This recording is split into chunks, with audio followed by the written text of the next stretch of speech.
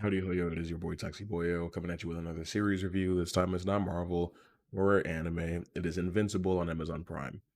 If you're not familiar with Invincible, the character or the story, it is an image comic created by Robert Kirkman, the creator of the Walking Dead graphic novels, that's been running since the mid 2000s, I believe. I read a bit of it back in the day, back when I still bought and read comics. I don't really do that anymore. Um, and I'm kind of scared to try to get back into Invincible. I'm like, what, like 8 years behind? But that being said, Invincible is a character that I've wanted to see get an adaptation for a long time. I think we need more uh, superheroes of color in the mainstream, and I'm very glad that somebody sensed what I wanted to do with my life. Because I wanted to make an Invincible movie at one point. Because I want to be a filmmaker. You know what I mean? They figured that somebody sensed what I was trying to do and decided to make an animated series, and there's going to be a live action film. Point is, today we are going to be talking about the animated series. Um, Now, I was never kept abreast of all of the things from the comics. I did miss issues, but one thing that I do know is that events from the comics take place in a different order in this show, which is totally fine. It helps streamline the story. It helps keep things interesting week to week because this is a weekly release because Amazon Prime likes to do that now. It helps with the pacing and the tone of the show. It's all very helpful.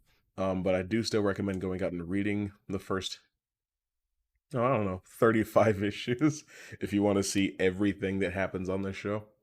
Um, Now, on the surface, it seems like another, like, the boys type of situation where it's like a mature parody of your typical superhero show concept or whatever, especially because you have your off-brand Justice League, the Guardians of the Globe, just like you had the Seven and the Boys.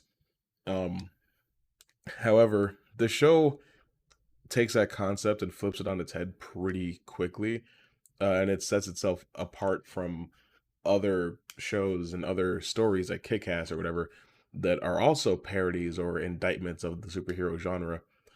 This one definitely has a place to stand amongst those, and it's it's worthy of the praise that it's gotten over the years. Also, um, there's a bit of uh, a detective mystery drama aspect to this part of the show so far, which I didn't really expect, but it was totally welcome. There are definitely elements and aspects to the show that will most likely catch you by surprise, even if you are familiar with the story. Um, I think that that's very important though for an adaptation is to keep fans of the original story interested and invested, but also keep them guessing because that is part of how you keep somebody interested and invested. I'm not gonna lie to you. I have not been awake for very long, and I have not spoken at all today before recording this video, so I'm a little struggling, but it's okay. Now, you have the character Invincible, Mark Grayson. He is half alien. He's the son of basically this universe's Superman, who's called Omni Man.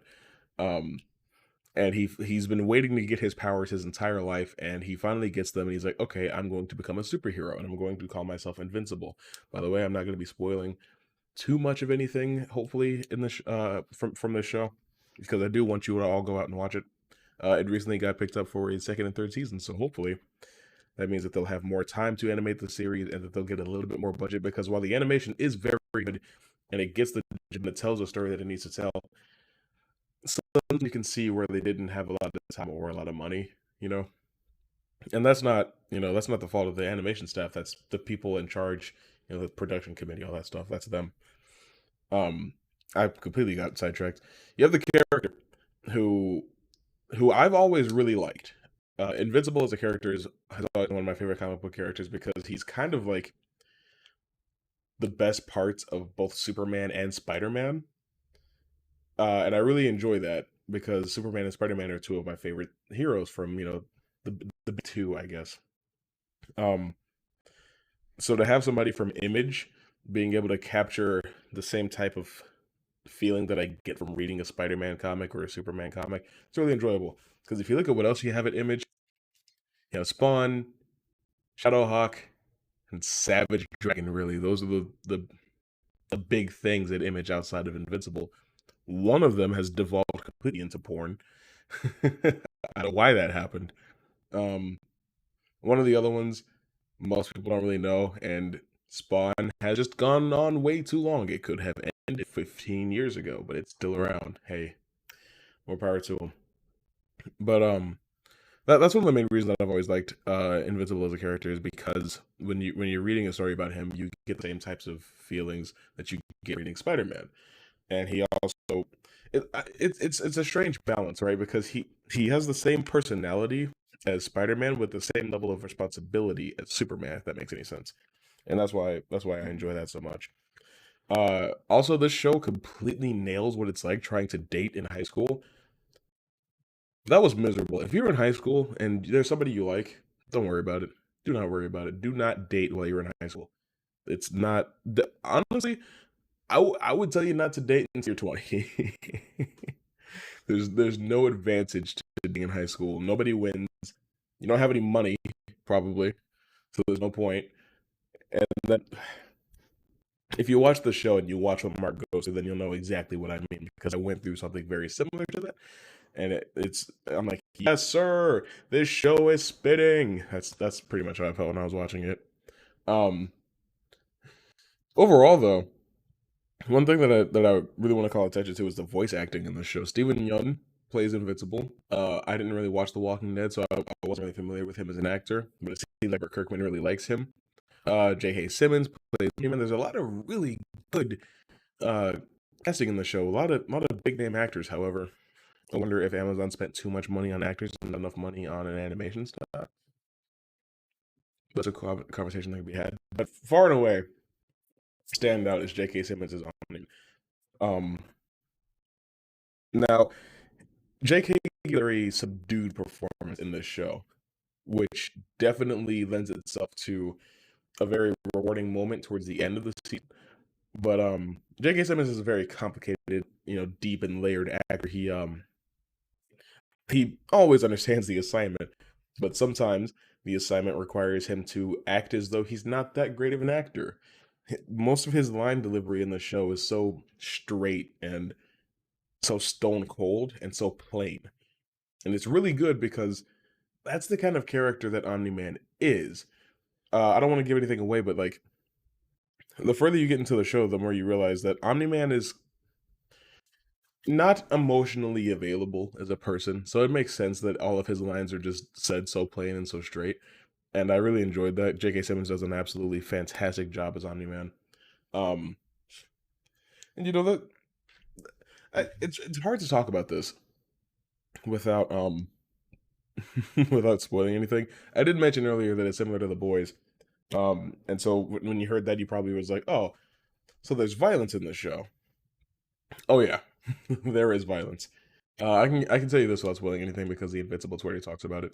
Every episode when they title card him, um, there's more and more blood on the logo, which is my favorite thing. And it's always like a cutaway thing. It's like, oh man, we're gonna need and then title card Invincible, and I love that. And I hope that they never stop. I really like that.